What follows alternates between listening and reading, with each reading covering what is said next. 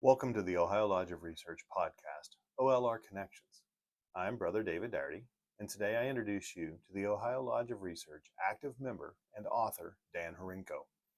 After we get to know Brother Hrinko, he describes the process the brothers went through to form Arts and Sciences Lodge and watch it grow over the last 15 years. This is a process that Brother Hrinko has also described in his book, The Craft Driven Lodge.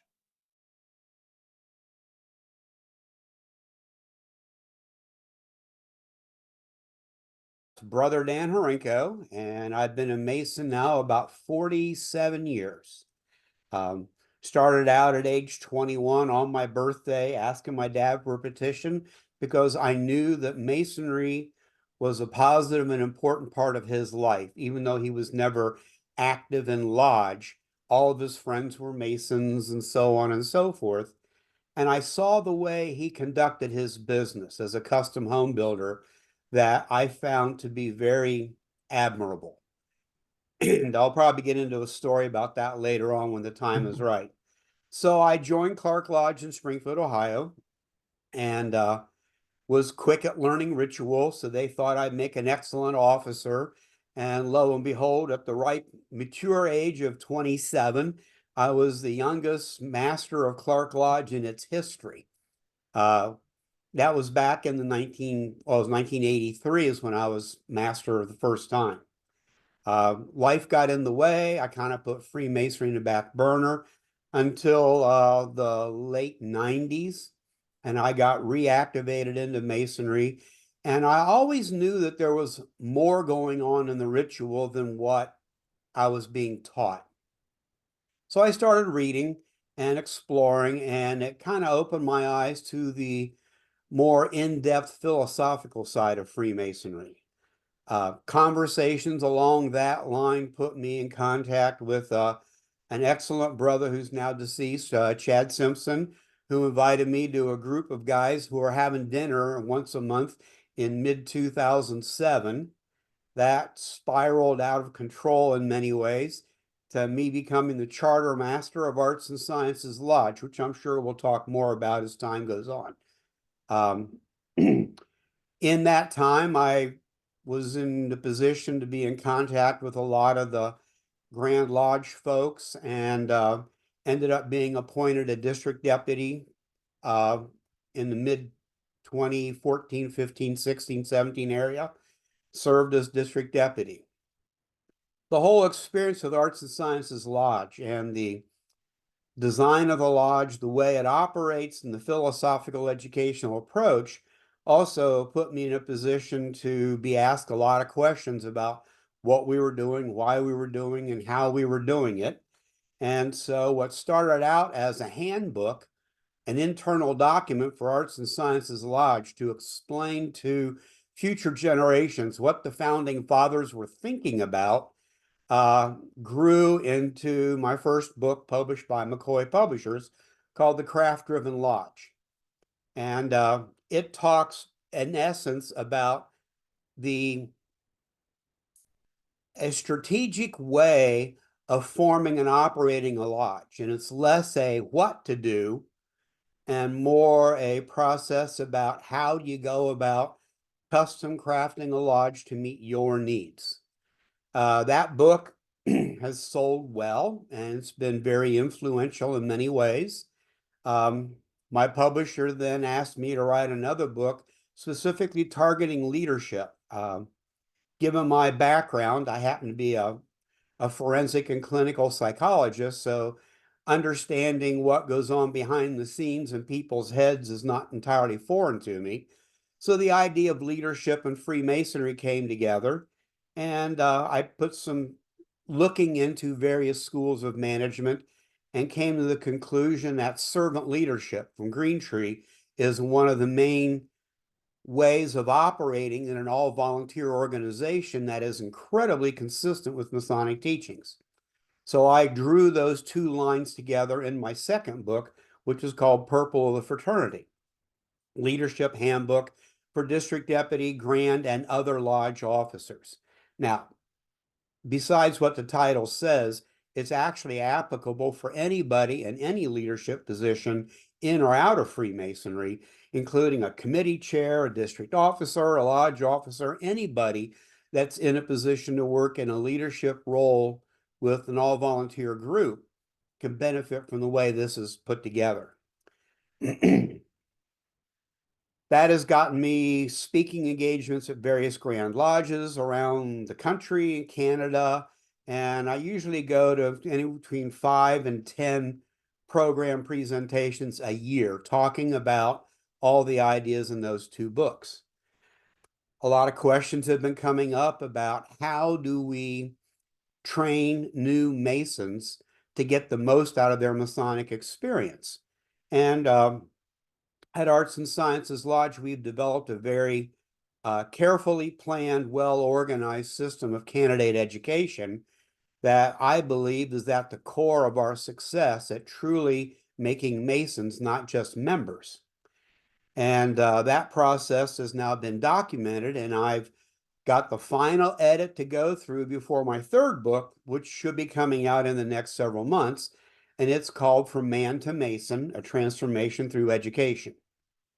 And I'm sure we'll talk more about that. So that's kind of my curriculum vitae or resume as a Mason. I've benefited greatly.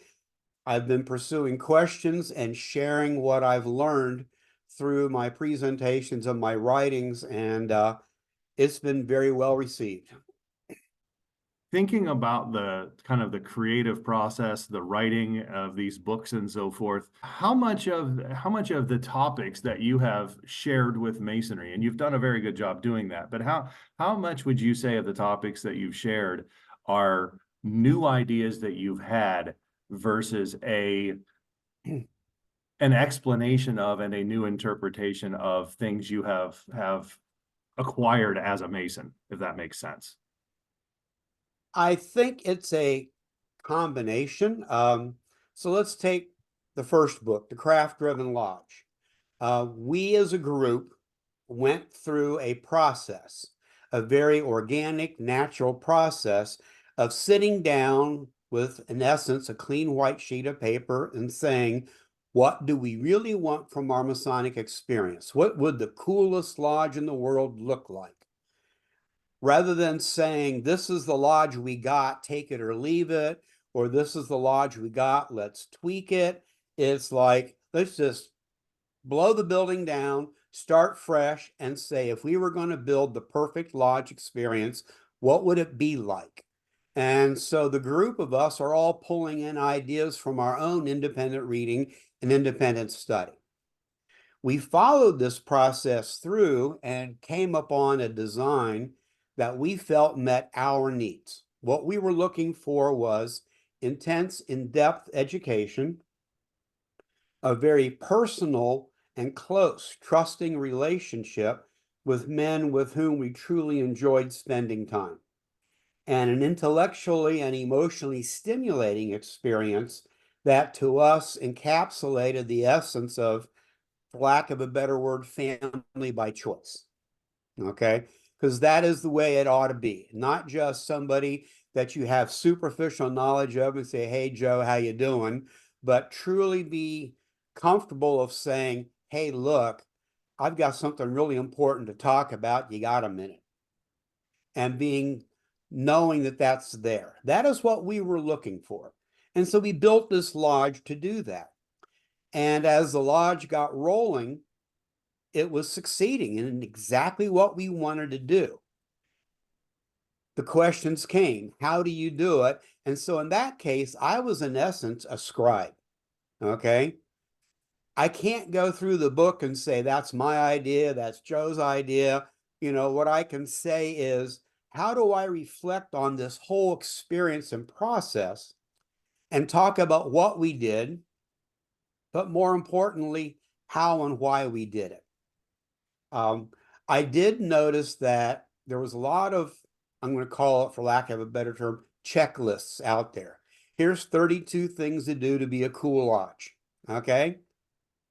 And we actually attended some lodges that were what was in the past known as the traditional observance model. And what we noticed is that they were doing cool things, but there was that lack of genuine involvement. They were doing these things, but on a more superficial level. And in our conversations, we equated it to wearing somebody else's suit, you know? And I use this as an example. When I was at the Grand Lodge of Alaska, there was a past Grand Master there who was like 6'6" and 300 pounds. Okay. I says, man, that suit looks good on you. Can I wear your suit? You know? And if I put on Most Worshipful Brother, I can't remember his name, suit, it would look entirely different on me than on him because it was made for him, not made for me. So I began to realize that a mere checklist of all the things you can do to be a cool lodge isn't really going to serve the purpose of building the best possible lodge. That it was more a process rather than an outcome.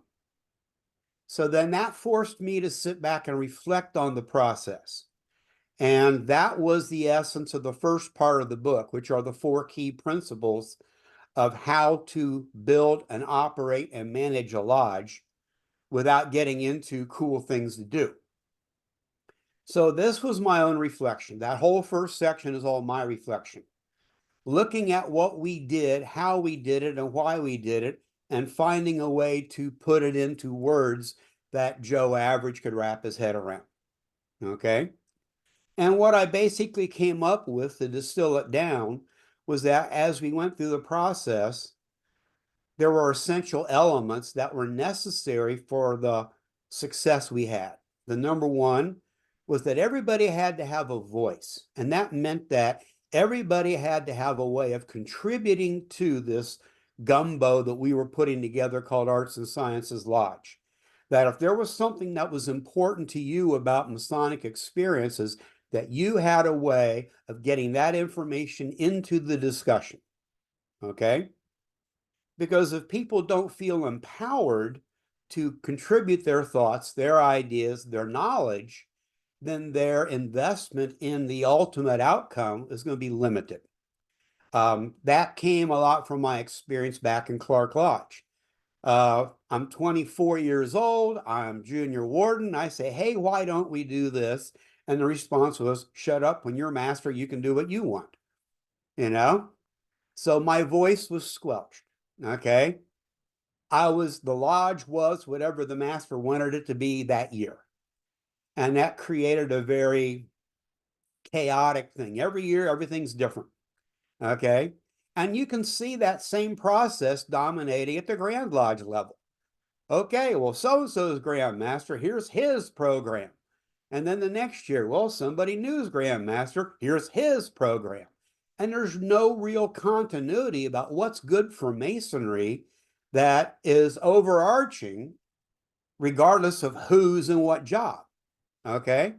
So seeing the problems, living through the problems as a district deputy, etc., and having my experience informed me that everybody having a voice is essential to having a group of men be able to come together and build a lodge that works for them. Okay? The second thing that I came up with, the second key principle, is the fact that everybody needs to have a common vision. What are we doing? Okay? If our conversations don't help us come up and do a common vision, then we're going to be pulling against each other. Okay? Do I want my lodge to focus on community engagement and charity? Do I want my lodge to focus on winning the Grand Masters Award every year? Do I want my lodge to focus on the best dinners for inspections? Do I want my lodge to focus on esoteric and philosophical exploration to see how numerology and Kabbalah tie in? Or do I want my lodge to be focused on what the charter says, making Masons? Okay? We chose that particular path, education and making Masons. So that was our common vision. But without a common vision, we can't pull together. So step one, everybody's got a voice, a way to contribute to the discussion. Step two, everybody understands what the common vision is. Okay? Now, once we developed our vision, there were some people who were initially involved that says, I don't want to go that way. And they dropped to the wayside. That's fine, you know. Uh, when we were asking permission to form a new lodge, the other guys in other lodges around the 14th district were saying things like, well, you're already members of a lodge. Why do you want a new lodge? And the analogy was, if all you want to do is go from point A to point B, why do we have all these different kinds of cars? They all go from A to B about the same rate, you know? So why do we have sports cars and pickup trucks and all that? Because people like individual differences and those kinds of things. So why do we have one kind of lodge? Let's have a lodge that's educational. Let's have a lodge that's charity driven. Okay. Let's have that kind of variety and diversity in the kinds of lodges we have so that Masons can all feel they have a home. Okay. So first two principles, got a voice, got a vision. Okay. So now what do? How do you make it work? Well, the idea is not that one person does everything. Okay. Far too often we notice that you go to a lodge, the officers do everything, guys on the sidelines are spectators. So why should I go to all the effort to clean up, dress up, and go to lodge to be a spectator? Okay. I want to be part of doing something. So the third principle was everybody's got to have a job. Okay. How can that person contribute to the life, growth, development, and success of the lodge? Now, here's the rub. Everybody says, well, be an officer. I'm sorry, but not everybody has the skill set necessary to be an officer. We can all look at our lodge and find somebody who can't learn a ritual who's being forced to try to learn a ritual. It's like teaching a pig to sing. It's frustrating and painful for everybody involved. You know, you can't have that. That person is not going to be coming back for very long, if at all, because you're trying to put them into a box in where they don't fit.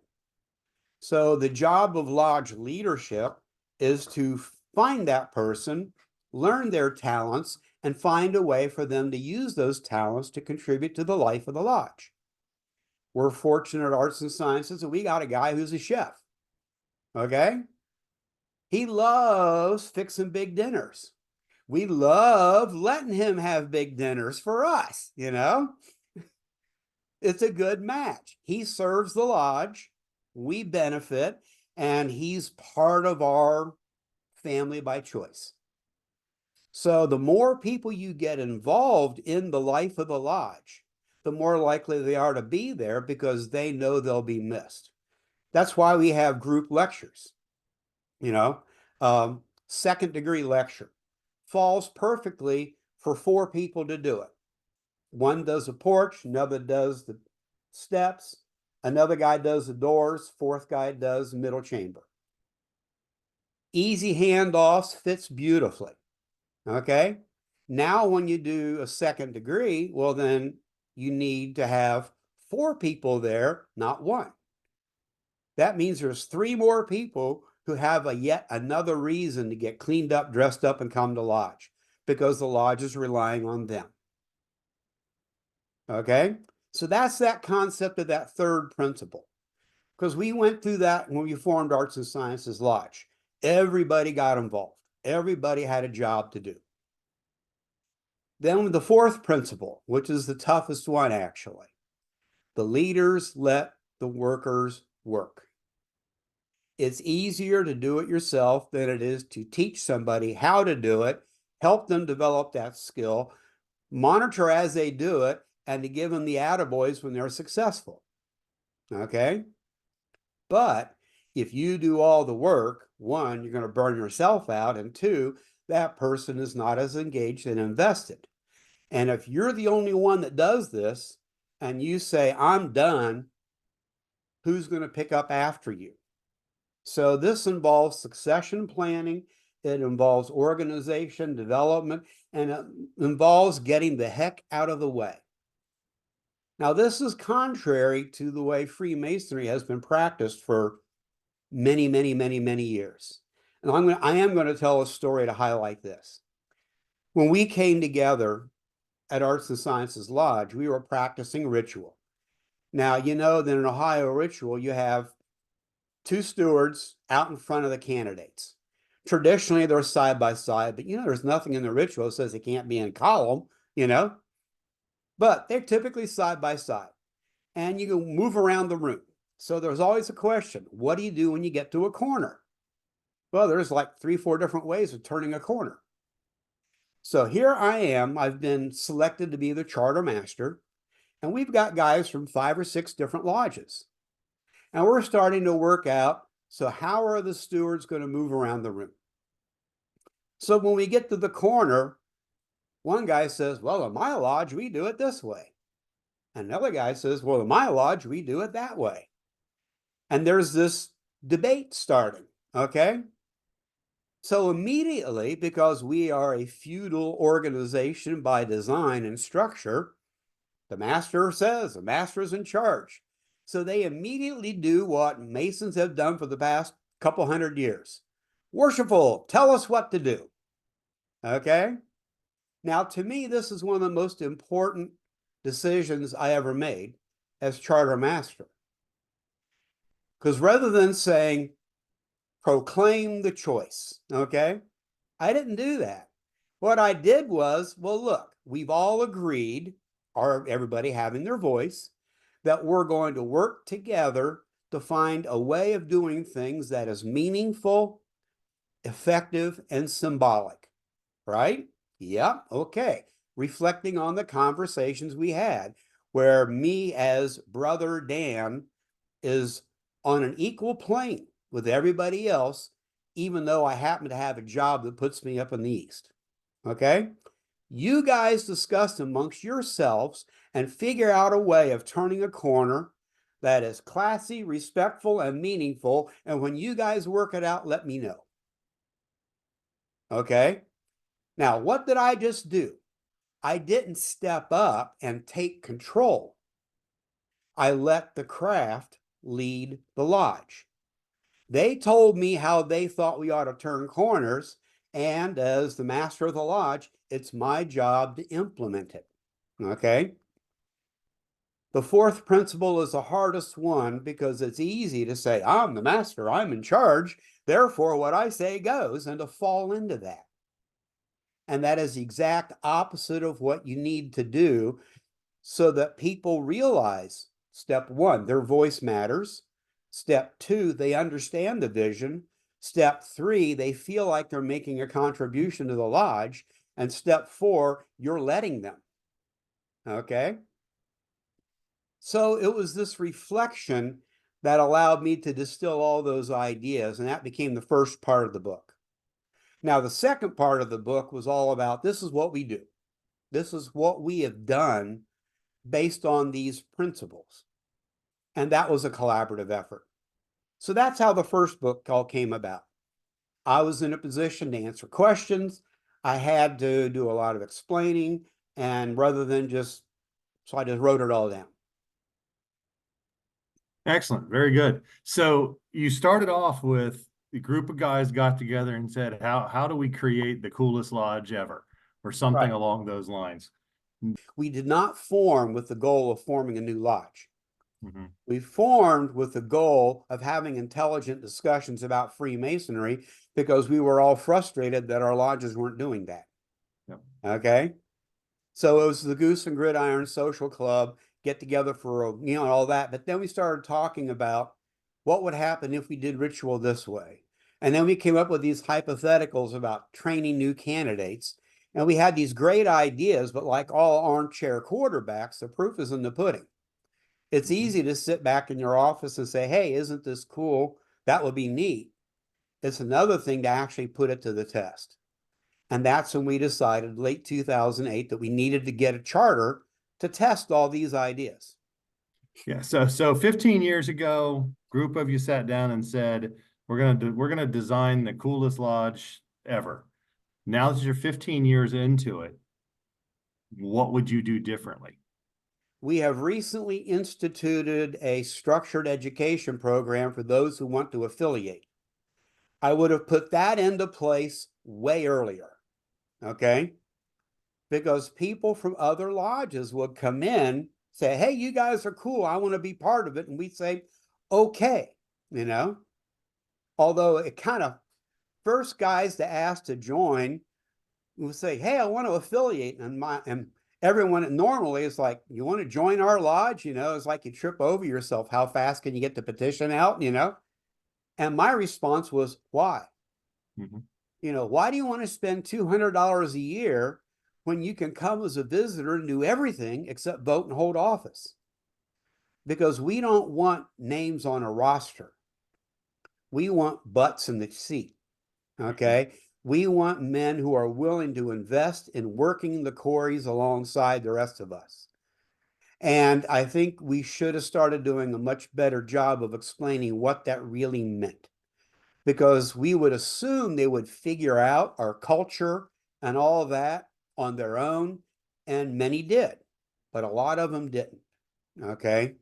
So that's one thing I would do differently. I would have been much more selective and much more thorough on training new guys when they said they want to affiliate, you know, because we are so different.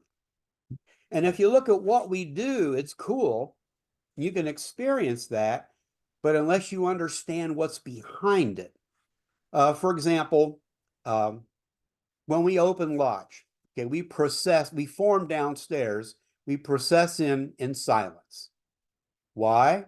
Well, Jeremy Cross wrote about that in 1813, about how the opening ceremony is actually a ceremony that transforms an ordinary space into a sacred space for the practice of Freemasonry. Now, he wrote about this in the context of complaining that so many lodges were handling that in a perfunctory manner rather than understanding the real essential element of what was happening. So if you just know that we process in, but you don't know why, then you've missed the essence, okay? The master stands at the door with a candle and gives the opening word of the ritual.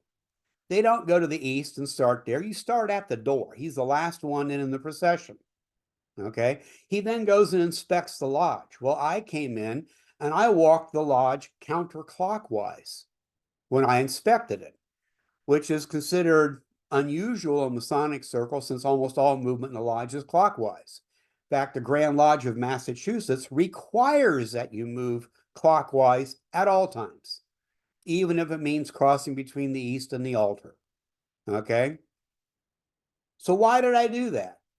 Well, I did that because Freemasonry is very tolerant of numerous faiths. And in the Native American tradition, every village has a sacred pole and a dance circle around it, okay? When you're doing social dances, you dance clockwise because that follows the path of the sun.